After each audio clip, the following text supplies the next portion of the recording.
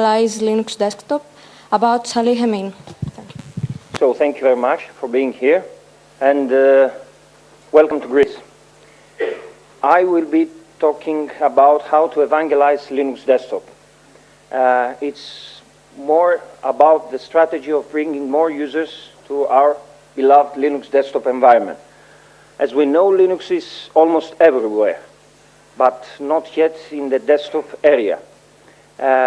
Big corporations have managed to get the most of the market share on servers, supercomputers, mobiles, but we as community have been striving for years to get a little more market share in the desktop area. So, I want you to feel like you can be as an evangelist of Linux Desktop if you are a community member of your distribution, but you have to have a new attitude towards evangelizing or promoting the Linux Desktop, because this is not an art of verbal self-defense. It's not about going to the forums or various blogs when somebody bashes Linux Desktop and we are going there to defend Linux Desktop environment. It's not about that. This is an approach we deal with take no prisoners approach to marketing the Linux Desktop environment. We have to have some strategy to bring the common users, the average Joe, to the Linux Desktop environment. So what is an ex-evangelist? Where X you can put anything.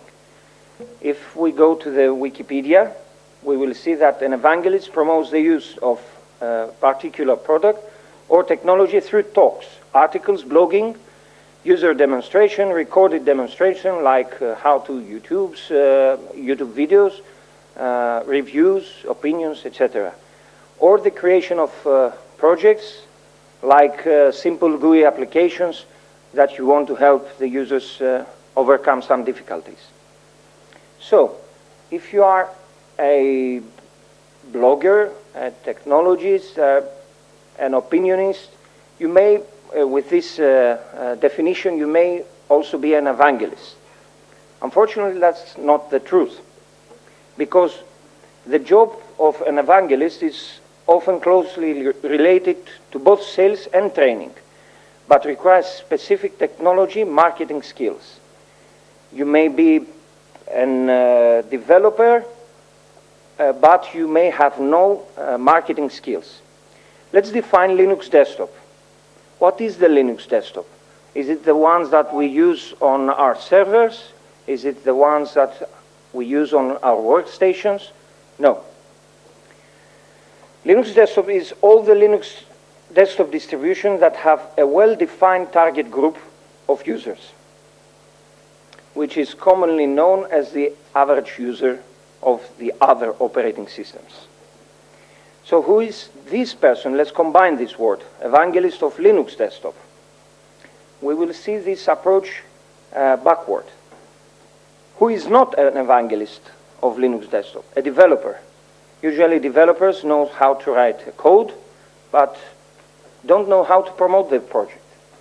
If you are a contributor to a project, let's say you translate some documentation, but you don't have technical background about the operating system, then you are not an evangelist. If you are the terminal guy, if somebody goes to the forum and asks a question, and you go there and ask him, run this LSPI to see, you are not an evangelist. You have lost him. So, an advocate of a desktop, Linux Desktop, knows his target group, specifically who is his target group, consumer psychology, knowledge of marketing, knows the product, and knows the competitive product. Let's get started with the target group. The target group, to find your target group as a Linux Desktop evangelist, you must know the answer of what you are trying to fix. If somebody is approaching to you and has a problem with his operating system, with the other operating system, how do you answer the question what you are trying to fix? If you are trying to evangelize him about the freedom of software, etc., it's not the solution for this, it's not the answer for this question. You have to be specific to try and fix something. Also, you have to answer the question, why do you have a personal computer? Usually, if he answers as just browsing, just looking for some videos, listening music, and not something specific like video editor or anything else, then this guy is your target group. Let's talk about consumer psychology. This has two factors, the social aspects and individual psychology. So the social aspects is usually considered with why he uses that OS. This is simply because he's born with it. He doesn't know anything other than that PC is only Windows. Individual psychology, he or she, how she defines the PC, how she defines the personal computer, why he or she uses the computer. Knowledge of marketing. Well, when we hear the marketing word, we usually have in our mind just one word, lies. This is the dark side. Unfortunately, according to Bill Hicks, if anyone here is in marketing or advertising, you should kill yourself because you are Satan's little helpers. Well, this is the dark side. Unfortunately, there are people who are trying to sell something that you don't need. And we see corporations making tons of money from this. We will talk about the bright side of marketing, which is markets are conversations. We usually trying to market our Linux operating system through forums, through evangelizing how beautiful it is, how it works, how community works, how we share our knowledge. This is what an evangelist of Linux desktops is all about. But you have to consider some crucial things, as everything you do as an advocate affects Linux desktop adoption by the potential users.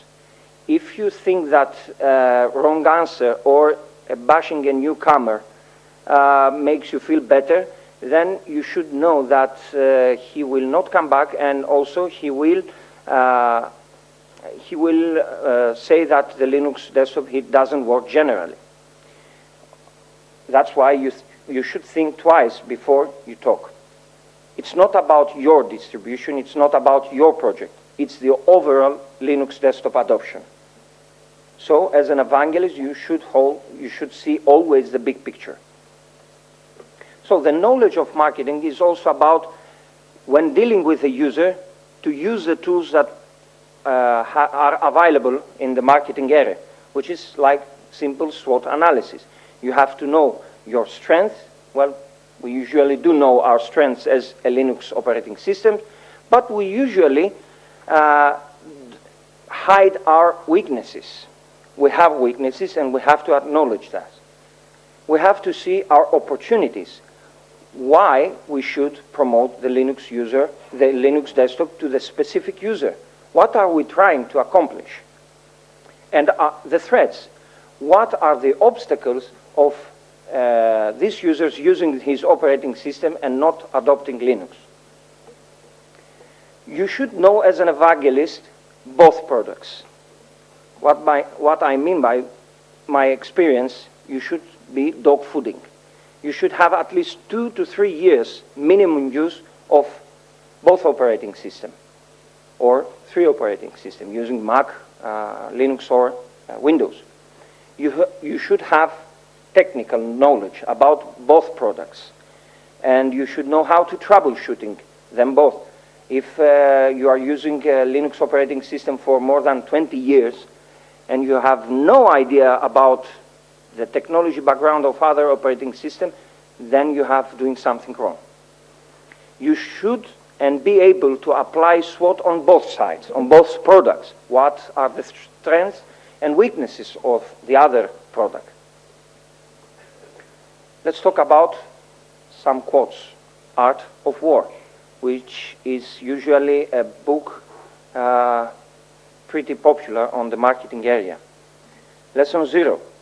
The supreme art of war is to subdue the enemy without fighting, which means that the most effective marketing doesn't even feel like marketing or evangelizing to the consumer. If you approach a user and the user feels that you are trying to push him use your operating system, you have lost him. Lesson 1. Victorious warriors win first and then go to war, while defeated warriors go to war first and then seek to win. You should have, before approaching the user, you should have a backward plan your marketing. Define what success looks like and how you are going to get there, up front. You should know what you are trying to accomplish. Why should that user use Linux desktop operating system? Lesson 2. Put them in a spot where they have no place to go and they will die before fleeing. That means that convincing a user to use a Linux desktop and you will gain him just for a day or maybe weeks. But that's not the matter here. The matter is to be truly useful or remarkable to a user and gain him for life. It doesn't matter if in 1 week he goes back to his operating system. But you will gain him for life if you are truly helpful. Lesson 3. The general who advances without coveting fame and retreats without fearing disgrace, whose only thought is to protect his country, is the jewel of the kingdom. This is why you should think always, as an evangelist, the big picture. Don't be afraid to fail and don't chase influence. We will always fail when promoting Linux desktop. But evangelizing that is truly helpful to users is appreciated by them and positively impacts the Linux desktop adoption in perpetuity. How to guide a newcomer. This is something that most people are confused. You should keep it simple. Simplicity is what matters here. You should use direct mail contact, or chat, or phone. Be available on the phone. If it is your friend, your colleague, you should be available for him. Use their favorite communication methods. Don't push him to use something that he doesn't know. Don't push him to use chat rooms that are not known for him. Use his communication methods.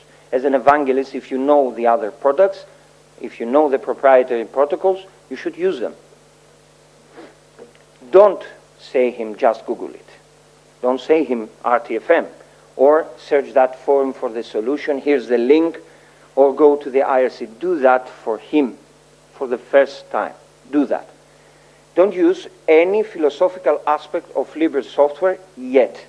It doesn't matter. He doesn't know about it. He's from another background. In time, he will understand, he will ask questions, then you can evangelize him about the beauty of Libre software. Stick with the plan. Try to stick with the solution of the problem. The whole secret is peer-to-peer communication. Don't put anything between you and him. Speak to him directly, as I said before, with mail, with chat, or with phone. So, which Linux distribution should you evangelize? Any ideas? No? Why am I here? It's a tricky question, huh? Yeah? I think that you are good. Yes, that's the truth. Remember dog fooding? Use what you really know. It doesn't matter. It may be an Arch Linux. It doesn't matter for the user, because you will install it. You will pre-configure it. It doesn't matter, because you will give him support about that. Also, you should know 3 alternatives ones. Also, how to use it, how to troubleshoot it. Why? Because there is no one-size-fits-all. Every user has his needs. So, some simple rules. Go with the default settings when you choose your distribution. Respect the brand. Respect what the distribution community has done for the overall experience of the user. Don't go and change your icons, put your favorite wallpaper, or change the theme. Keep it simple, keep it the default settings. Cut down the choices for the end user. Choices is something that he doesn't know yet. We know that. We love choices, we love customizability, we love everything about freedom. He doesn't know it. Don't bash him with 3 desktop environments and tell him, you can choose what. No, show him what he should use for the first time. Show him what you use daily, in daily matter. And you should also consider that not every Libre software is for everyone. That's the same rule goes for non-Libre software. Because we think always that specific software can solve his problem, can fix his problem. That doesn't really the case always. Some readings. Art of War. But I couldn't put a book here because there are tons of books. This is from Qianlong Emperor's time. It's on bamboo. Don't try to find it. Okay, there are tons of books printed electronically, etc. Also, Arthur Schopenhauer, How to Be Always Right. You need this. It's a good and fun book. Also, Linux on desktop, lessons from mainstream business adoption. This is a quick white paper. It's not long. It's a good one. It's a survey that has been done with the help of IBM.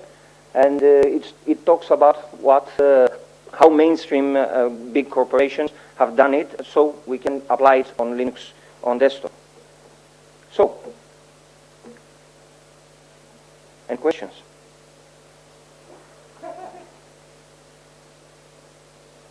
Any questions? Good. Are there any other questions? Oh. Yeah, thank you, seriously.